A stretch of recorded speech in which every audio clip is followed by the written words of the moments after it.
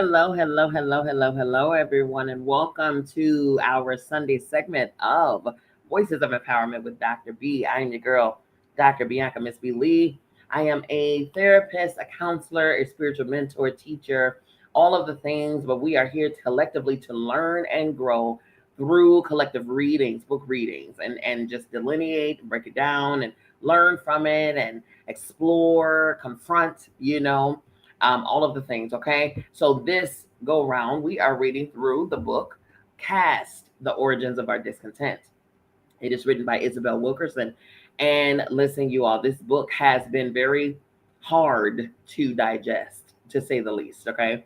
Because it is causing us to confront our beginnings, where we began with this division and segregation, racism, and upper class, lower class, middle class. These categories, these castes, as Isabel so eloquently breaks down. Oh my goodness, we're just at chapter 12 today, and it's been some hard things. Some of the chapters, you all, as you know, um, I broke down in tears in reading them, because a lot of the stuff I'm seeing as I'm reading, I'm seeing my ancestors. I'm seeing, my grandparents who just at the grandparent generation, 2 generations back, were in the fields. Okay, so this stuff was not that long ago. In fact, there's still remnants of it still here and now. It's just changed the game. Like if you've seen the movie Sinners, one thing that Smoke stated, he said, even with Chicago, because my family came from Mississippi, migrated to Chicago during the Great Migration, and as he stated, Chicago is just Mississippi with buildings instead of plantations. That's exactly what it is. So wherever we go, we're going to face, unfortunately, this ugly that is the discontents and the caste and the whole caste system. So she breaks it down, not just for here in America and for our people, that for us indigenous and or African American people, but she also breaks it down for the Germans and the Jews and the Dalits and the Indian. You know what I mean? The whole breakdown is so crazy. The parallels of different cultures, and that there's castes throughout them all. Okay, so with that being said, I want to thank you all for being here. Those who are inside of Clubhouse or on the other platforms that we're airing on. We're airing simultaneously on several different platforms: Facebook, YouTube, LinkedIn, Twitter, and Clubhouse. So I want to thank you all for being here, everyone for being here. Now, at any point that you see or hear anything that resonates with you, or you just want to add something to it, please utilize the chat and the comment sections and things like that. That's what they're there for. Okay. And if you want to come up and say something, you can, but if not, you want to hear and just listen in, you can do that too. Okay. But utilize the chat, utilize the comment section. I will give voice to your words and we'll go from there. Okay. Also, at the very end of this segment, as I do with every segment, I offer the book. Anything that we read collectively, I always make it readily available for you in ebook form, in PDF form. Okay. Yes, we are a nonprofit organization. Yes, we do welcome and accept donations. However, they are not required for you to get any reading material, whether past or present, for your library. Okay. And you can read it along with us, which we love to have you with us. There's always a warm seat of welcome awaiting you, or you can read it on your own at your own accord during your own time. And you can do that either way. It's up to you, but the readings are free for you to have at your leisure. Okay. Now, today's chapter is chapter 12. Okay, chapter 12. This is part 4. Chapter 12 is entitled "A Scapegoat to Bear the Sins of the World." Now, if you would be so inclined to share, you can feel free to do so. Again, we love to have newcomers and family and friends to come with us. Okay. But if not, and you just want to sit and listen, you can be doing things around your home and listen to it as a podcast. It's up to you, as you would an Audible if you would. Okay. Here we go. Chapter 12, A Scapegoat to Bear the Sins of the World.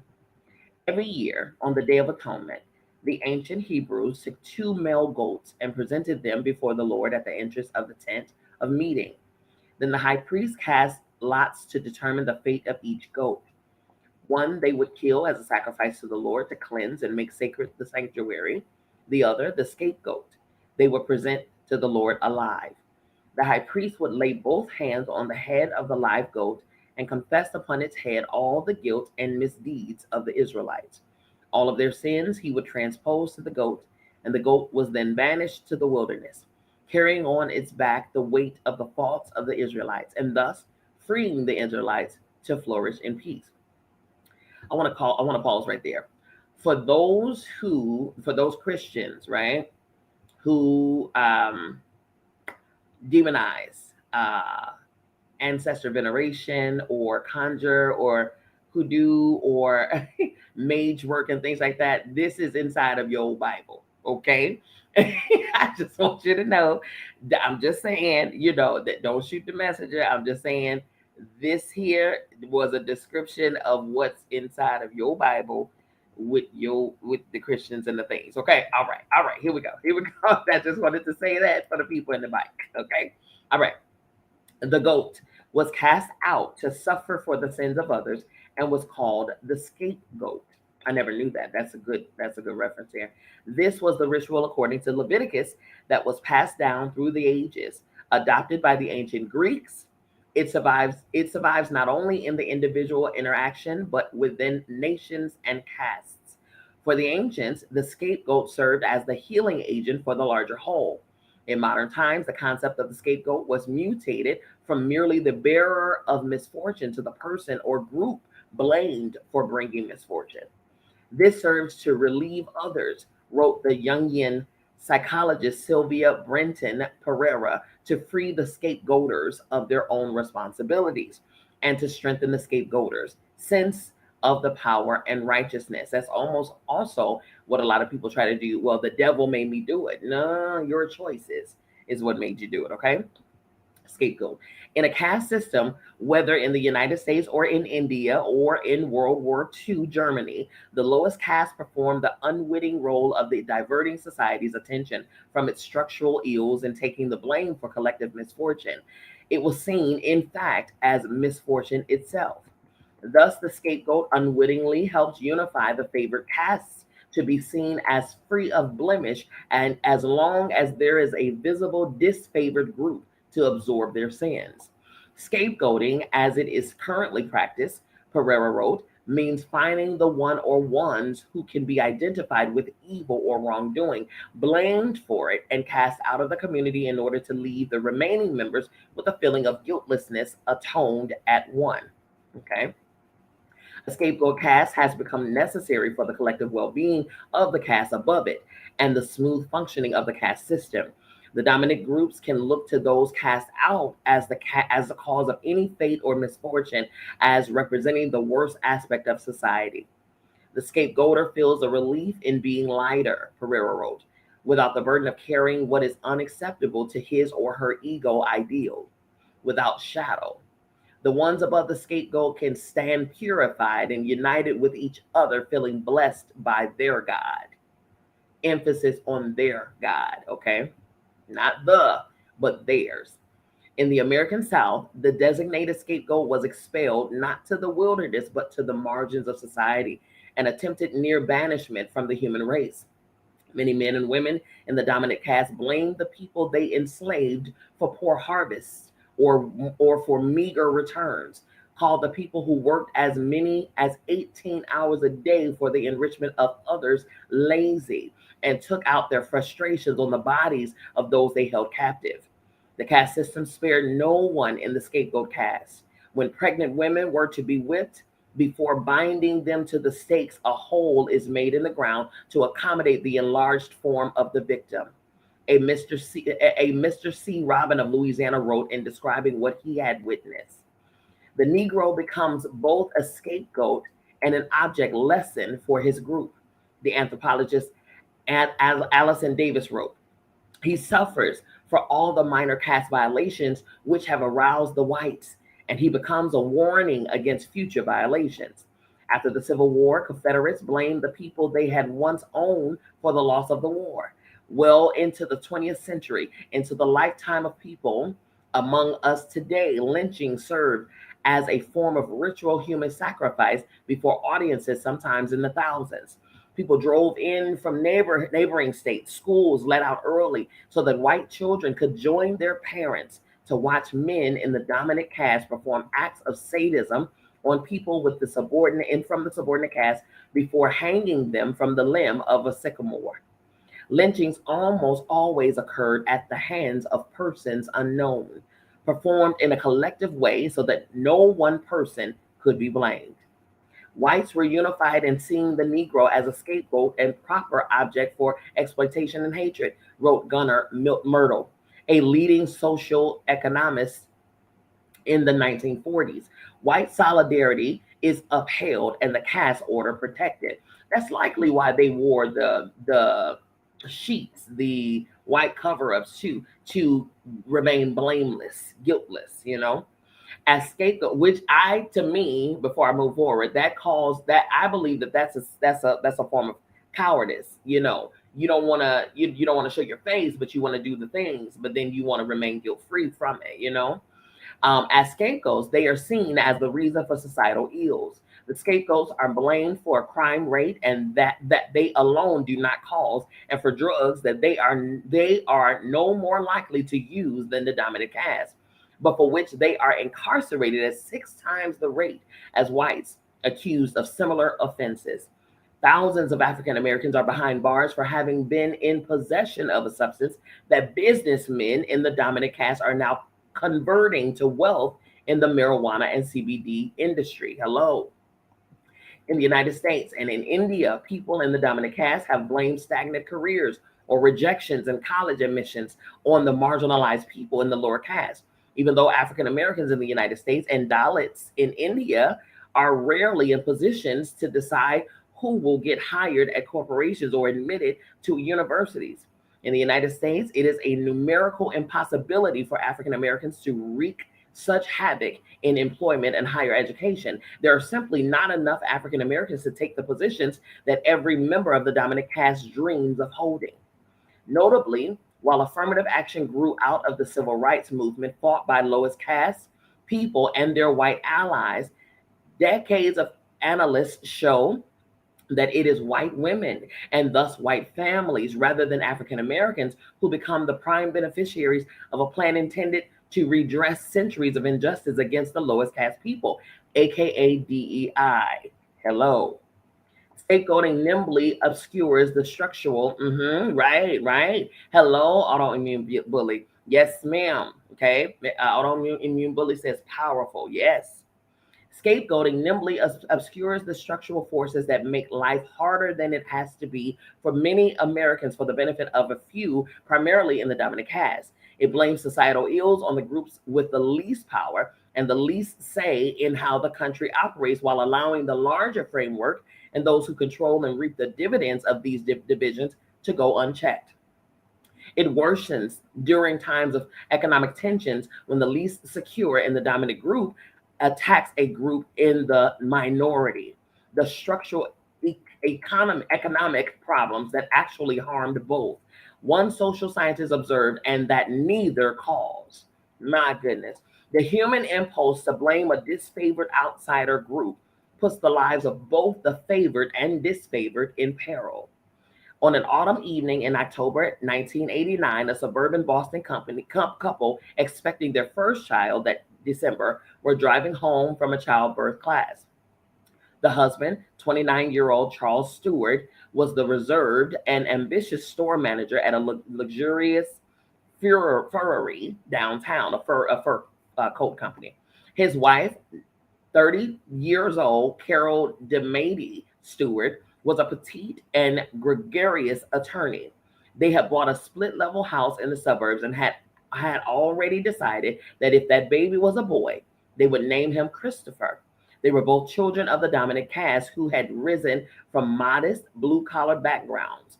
They had just celebrated their 4th wedding anniversary. That evening, they were driving home from the neighborhood of Roxbury, which had been the landing place for waves of European immigrants and after World War II became mostly Black, poor, and working class, ravaged by the war on drugs. The husband was behind the wheel of their Toyota and had taken a somewhat circuitous route. At a traffic light in the Mission Hill section, shots were fired, hitting the wife in the head and the husband in the abdomen, both at close range. The husband was in better shape than the wife, and he called police dispatch from his car phone. His wife died at the hospital at the massive wounds she sustained. Their baby was delivered in the wife's final hours, 2 months premature, and named Christopher as his parents had wished. He lived for only 17 days. The night of the shooting, Charles Stewart told police that a black man with a raspy voice and wearing a jogging suit had forced his way into the car and had mugged and shot them. The tragedy triggered every deep-seated fear and horror in Boston and across the nation. The husband's desperate call to police dispatch aired repeatedly on the television, as did video footage of paramedics pulling the mortally wounded wife from the Toyota. Outraged over an incomprehensible tragedy, the city went into action and began a massive manhunt. Mayor Raymond Flynn vowed to get the animals responsible and ordered every available detective diverted to the case. Officers combed Roxbury and stopped and strip searched every man who fit the description, which meant almost any black man on the streets, hundreds of them. The hunt for a suspect became the near singular fixation for weeks.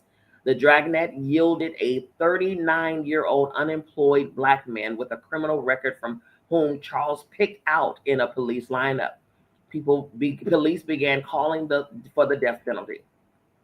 For months, officials had paid little notice to inconsistencies in the husband's behavior, distracted as they were by a storyline tailored to their expectations.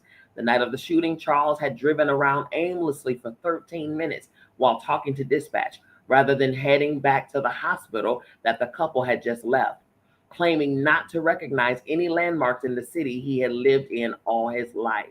He never tried to comfort his wife, never called her name, according to Time magazine. In the ambulance to the hospital, he only asked about the seriousness of his own wound and never about his wife's condition.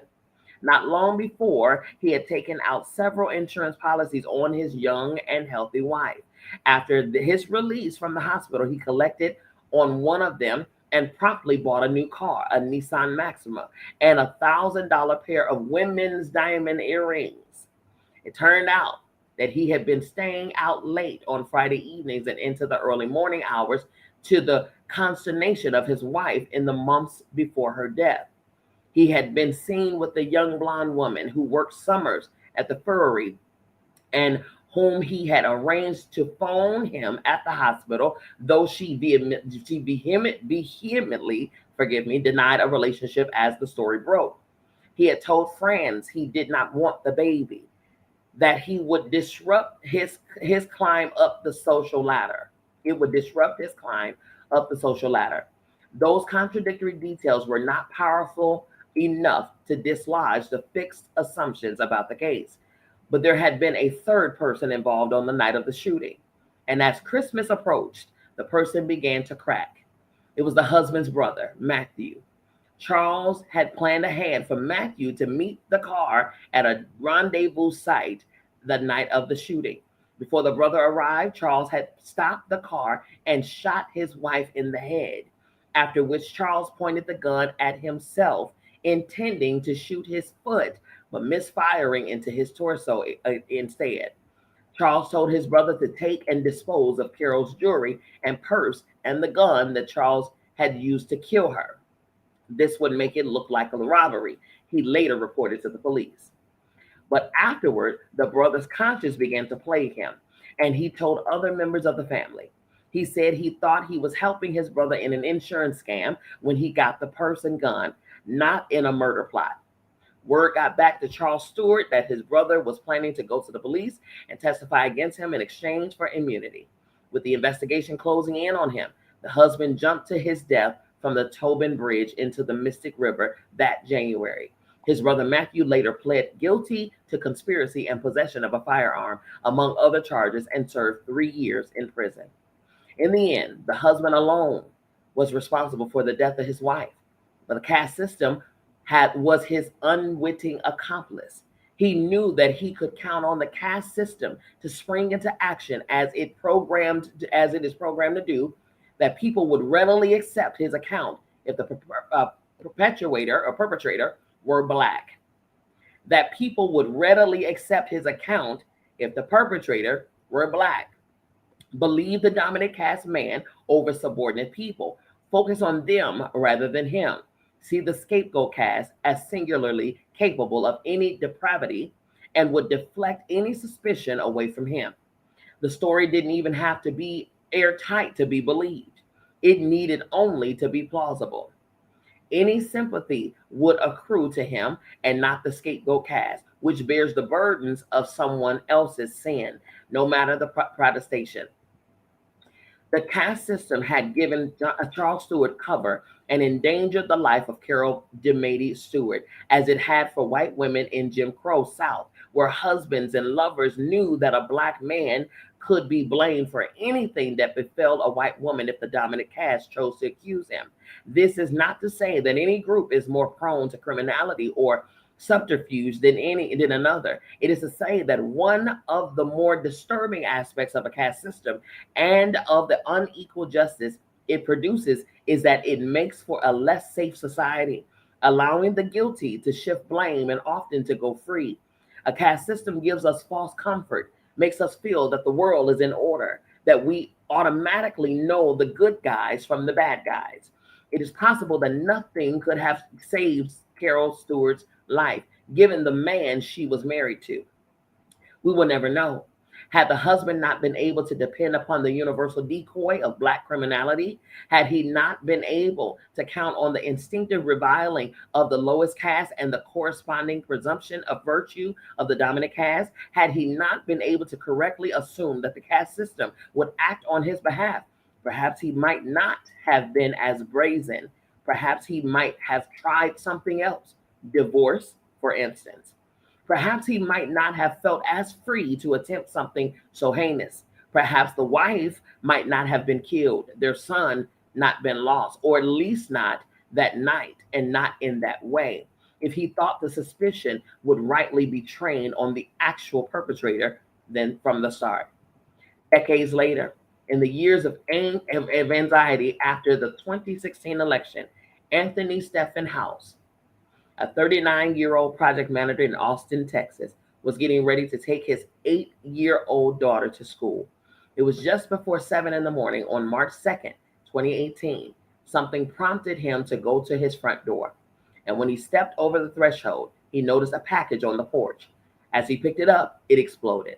He died shortly after his arrival at the hospital. His death was ruled a homicide for obvious reasons at first, but the investigation quickly pivoted away. House was African American, living on the working class Black and Latino east side of Austin with his aging ranch house and ramblers. The police figured that the bombing might be drug related.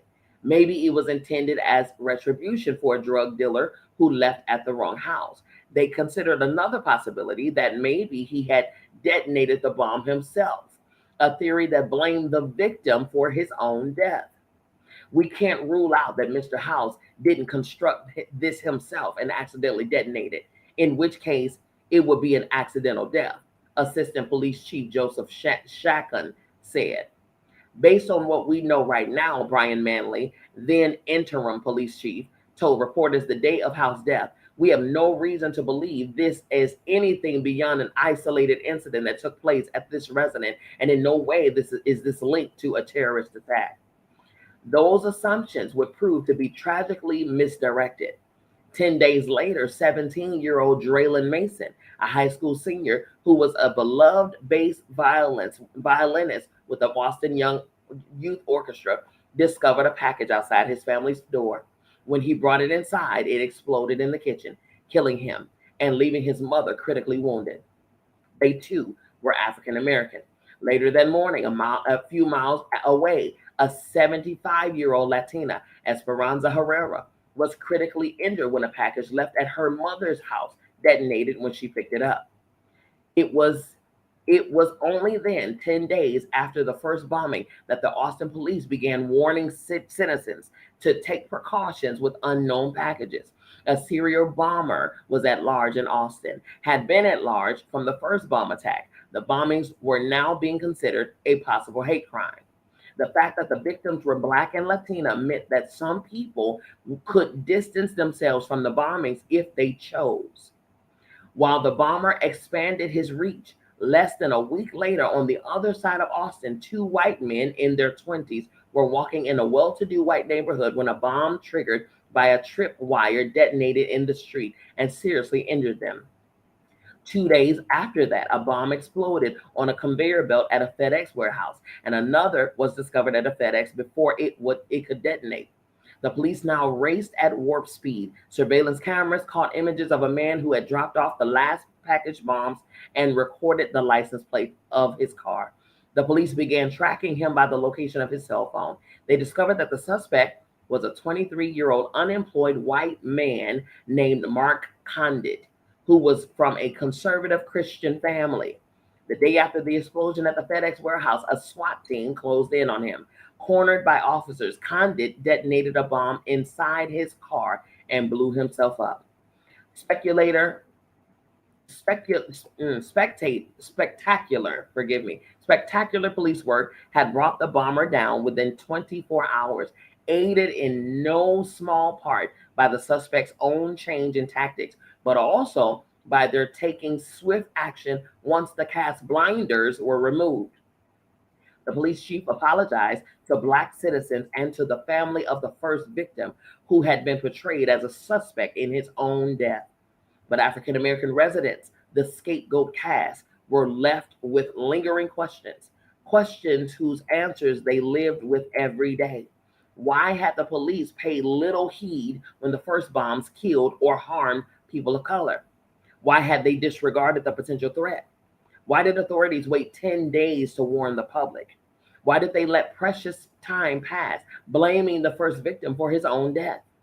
How messed up is it that the police can make it seem like the person did it themselves? Fatima Mann, an advocate for poor families in Austin, told the Washington Post, "It's insulting and offensive and tiring." A scapegoat like the man who was the first to die in Austin is seen by definition as expendable. People can come to disregard the predicaments facing people deemed beneath them, seeing their misfortunes as having no bearing on their own lives, seeing whatever it is happening to them as, say, a Black problem, rather than a human problem, unwittingly endangering everyone. In late 2013, a wicked contagion resurfaced in the coastal nations of West Africa. An 18-month-old boy died in the village of Ghana. His mother, grandmother, and sister soon died after suffering the same hemorrhage symptoms of Ebola, among the most dreaded diseases known to man. Mourners who flocked to the grandmother's funeral carried the virus back to their own villagers, and from there, Ebola began disseminating families and hamlets in Liberia, Ghana, and Sierra Leone, and killing the doctors who were treating the sickness. Anyone with the least exposure had to follow an elaborate hazmat protocol virtually out of science fiction, and still fear that the exposed tip of a finger cut might condemn them to a virus that assured an agonizing death and for which there was then no widely proven vaccine. It raged through West Africa as the Western world looked on mostly with pity and detachment. What a continent of sorrow through the Western lens. These were countries siphoned of their populations during the transatlantic slave trade, then conquered and colonized, and now still recovering from the destabilization and wars that these upheavals had wrought. To those at distance, the sad circumstances of these countries, from primeval health systems to ancient burial rites, had brought this plague upon them. The virus spread through contact with the bodily fluids of an infected person who was showing symptoms, and people infected were to be quarantined in isolation wards. But some villagers despaired of being apart from their loved ones in their last days and chose to stay with them, and unable to get them to the hospital from the villages, had tried to care for the sick loved ones themselves. There was an admirable closeness in their family ties that transcended disease. For this, they were blamed as well. Far from the villages, dehumanizing photos of dying patients, Images that at times deprived them of dignity in their final hours stretched across the pages of Western newspapers. It was a distant sadness for many Westerners, if any emotion registered at all, from the safe comfort and buffer of sea and ocean. Thousands of people were dying, and courageous Westerners, like Doctors Without Borders, flew in to help. But the full artillery of Western science had not stirred to action. This was a problem for Africa, seen as a place of misfortune filled with people of the lowest caste, not the primary concern of the Western powers. But the virus did not recognize race or geography, and in the late summer of 2014, several American aid workers contracted the virus while in the afflicted region. Alerted to the existential threat, the United States sent millions in aid and 3,000 troops to help with infrastructure and security. Then in September 2014, a man boarded a flight from Liberia to Brussels en route to Dallas to reunite with his partner and son. Unbeknownst to him, he was carrying the virus. He became the first case of Ebola in the United States. A Dallas hospital, unprepared for a virus identified with another hemisphere, sent the man home with antibiotics. When he showed up complaining of symptoms, he later returned in worsened condition, and he died within 10 days of his eventual diagnosis. Soon afterward, two of the nurses who had cared for him contracted the virus. Panic set in as news reports retraced the whereabouts of one of the nurses in the days preceding her diagnosis, after it was discovered that she had been on a commercial plane and had traveled to and from Cleveland.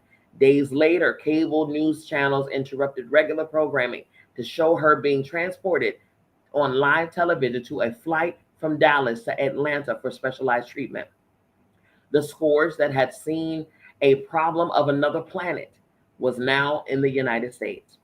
That October, shortly after the first diagnosis on American soil, and nearly a year after West Africans had been left to manage largely on their own with the help of volunteer health workers, the Food and Drug Administration arranged for an American pharmaceutical company to begin emergency research into an antivirus for Ebola. 8 more people would be diagnosed within months in the United States, their care and condition closely monitored in the news. The 2014 epidemic struck 28,000 people and killed more than 11,000 in the largest outbreak of Ebola in the world had ever seen. The virus brought the interconnectedness of the planet into vivid, terrifying relief. Distance and geography could contain Ebola for a time, but Ebola did not recognize race or color or caste or national origin. A human being was a human being, and a prospective new host to a frighteningly efficient virus. The contagion had initially not been seen as the global human crisis it was. Those suffering were West Africans with ill equipped health systems, a hemisphere away. But Ebola and potentially planet-wide catastrophes like it, as the world would discover beyond imagining 6 years later, have a way of reminding human beings that we are all indeed one species, all interwoven, more alike than different, more interdependent on one another than we might otherwise want to believe. Ebola had been merely a whispered forewarning of what was to come. Yeah, I remember when all of that happened too. I was in Atlanta. My goodness, that was a lot, but it was also very, very detailed in explaining how so many things is conveniently blamed, I should say, on others, on the lower caste, the subordinates, in order for the upper caste to get away with it or feel like, well, it is what it is. I mean, that's them. They'll believe me over them. It's unfortunately, it happens even now. Do you know how many actual innocent people are behind bars right now, have been serving so many countless lifetimes or years and things like that inside of the prison system when they did absolutely nothing but be black? They were black. That was it. And someone else blamed them for it. And no matter what they do, no matter how much evidence prove that they were not the criminal, they did not do the wrong, it's still not believed, it's not respected, it's not heard, it's not seen. They're not given the chance to say what it is, anything of the sort. Anything of the sort. The scapegoat. First of all, I appreciate her breaking down the scapegoat, because a lot of times we just, we pick up terms, right? And cliches and all of the things, anecdotes or whatever over time. We just heard them from somewhere and we just picked it up and learned the context and now we use it, right? But we never understand the origins of which it derived. And I'm glad to know this. My goodness.